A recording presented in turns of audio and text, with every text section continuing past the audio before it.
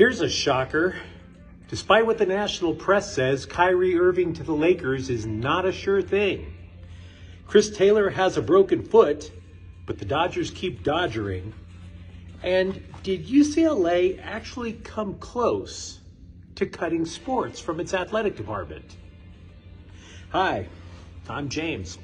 This is your daily dose of sports and snark for the greatest sports city in the world, Los Angeles.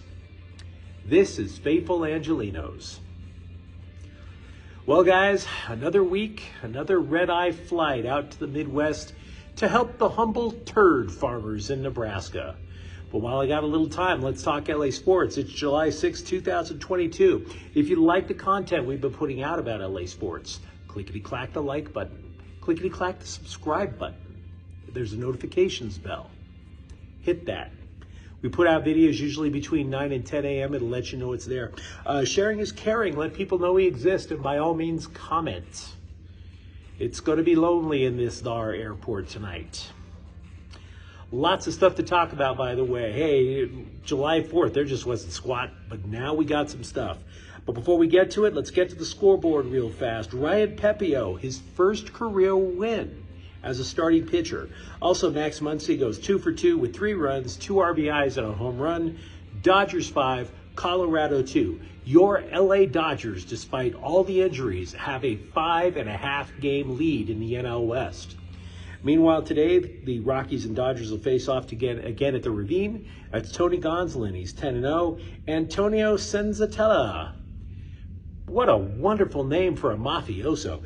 He's 3-5. He'll counter for Colorado.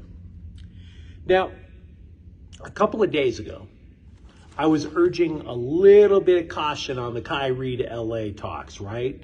I mean, for a long time, the bloggers were hyping, oh my God, he's coming. Oh my God, he's coming. I was like, no, don't buy it. Then there was a hint with Kevin Durant wanting out that maybe the Nets were just going to clean house. Well, lots of pointless hype, because now the Athletics' Shams Charania said he is not sure a deal will happen, and this dude is plugged in. Quote, there's no traction for Kyrie in a trade to the Lakers, he told the Pat McAfee show.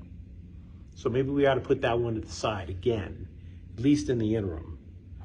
Internet hype is not life, folks. On the other hand, what the Lakers did do is they signed a center, Thomas Bryant. Now, you might remember him. He was originally a Lakers draft pick in 2017. He might even get a chance to start because, as we all know, as longtime Laker fans, Anthony Davis doesn't like to play center. He'd prefer to play power forward. Now, he did leave the Lakers. He blossomed in Washington, if you call 11.5 points a game blossoming. And he also tore his ACL in 2021. So the idea that he is the starting center, he's just going to get a shot. Let's not put too much in front of it. A few weeks ago, we noted that Anthony Davis said he hadn't even shot a basketball since the end of the year, but now a reason for marginal optimism. He has posted a workout video of him shooting with a dude who renamed himself Lethal Shooter. He named himself Lethal Shooter. And I suppose Danny Glover is going to teach post-up. Joe Pesci is going to set the pick and roll. I mean, what are we talking about here with these stupid names? So the Mr. Shooter is claiming that Anthony Davis is up at 4 a.m. shooting the ball. Now, by the way, in case you're wondering how effective Lethal Shooter is, keep in mind, yes, Anthony Davis has him on the payroll, so does Dwight Howard. And if you've ever seen Dwight Howard shoot, I can assure you, it's lethal shooting to your own temple, okay? You don't want to see Dwight Howard shooting. The Dodgers, Chris Taylor had a CT. Because obviously you might have heard this, he injured his foot a couple of days ago. It has revealed a small fracture. He's probably going to the injured list. He was originally thought to be out maybe for 1 or 2 days. It's going to be much more longer than that. We just don't know how long yet. Pepio, by the way, we mentioned earlier, he got his first career win. He got a spot start over Mitch White. Mitch White was supposed to originally get that place. Andrew Heaney might get one more bullpen session. He might get one more bullpen session before he goes on rehab assignment. And speaking of rehab, relief pitcher Blake Trinan is now throwing off a mound. He said it looked good, but having said that, don't put a whole lot of energy behind the Dodgers, arguably their most effective reliever. His earliest possible return would be in August. By the way, ESPN created a list of stars that each team should either, in Major League Baseball, should either trade for or trade away. When they got to the Dodgers, they really liked the idea of them bringing in Oakland starting pitcher Frankie Montas. But they also conceded that a top reliever such as the Cubs' David Robertson might be a good idea as well. Off the field news for the Dodgers, Jody Allen, who is the, for lack of a better term, let's just call her the de facto owner of the Portland Trail Blazers, said the team is not for sale now. Now, if you might recall, Dodgers part owner Alan Smolinski offered, and a bunch of his friends offered $2 billion about a month ago for the Trailblazers. So the original answer is no, but it sounds like they're starting to negotiate. We all know that UCLA is going to the Big Ten. We also mentioned a day ago that the LA Times reported that UCLA's athletic department was more than $100 million in the red. So the LA Times then asked another question, which they couldn't answer, unfortunately.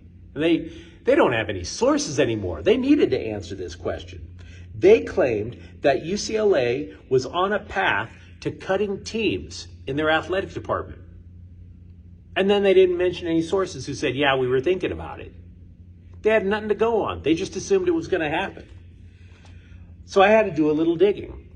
I will grant you that $100 million means you got to make some very painful decisions.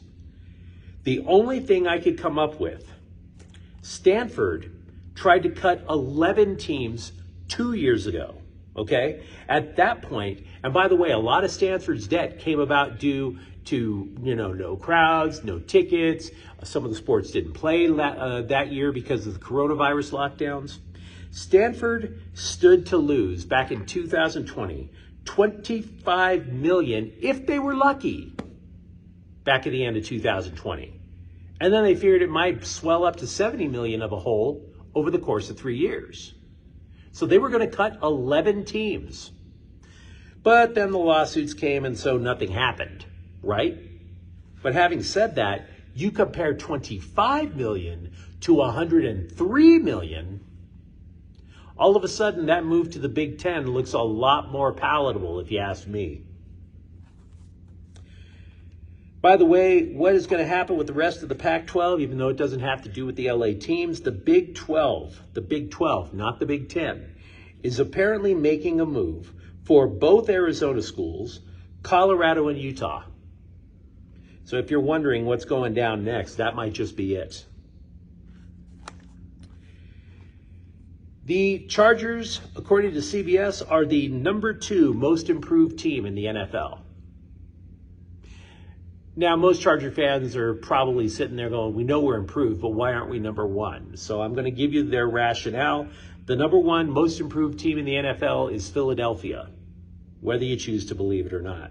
They added a former Pro Bowl wide receiver in A.J. Brown. They improved their pass rush. They signed Hassan Reddick, and then they went out and drafted Jordan Davis to be a defensive tackle, so their defensive line is improved.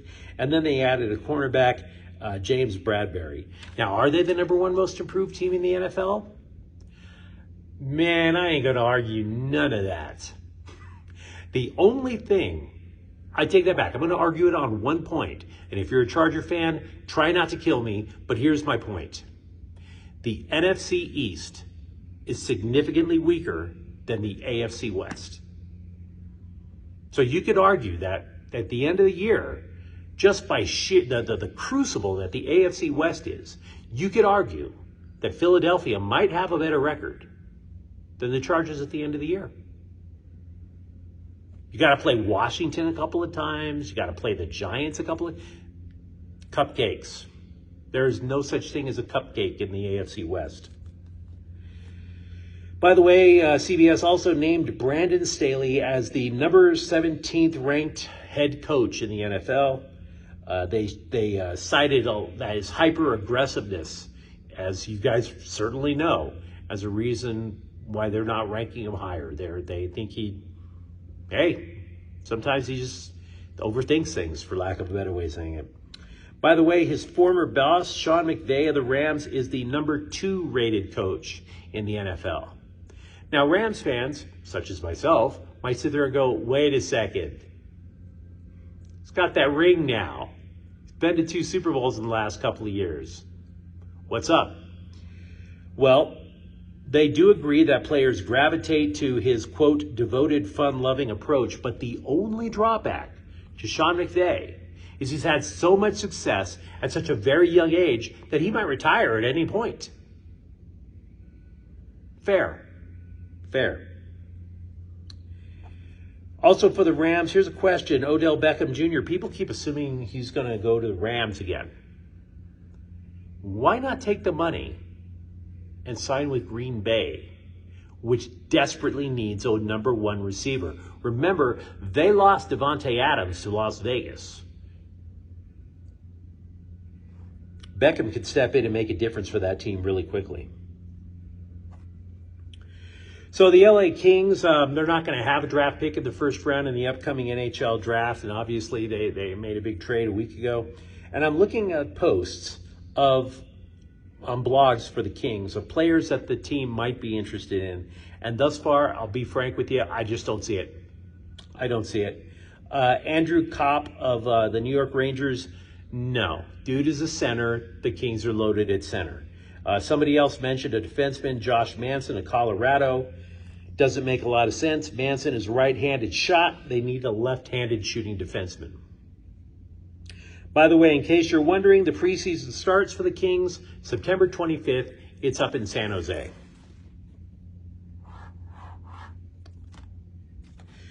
The Clippers, they have renamed their G League team. Agua Caliente Clippers has no more.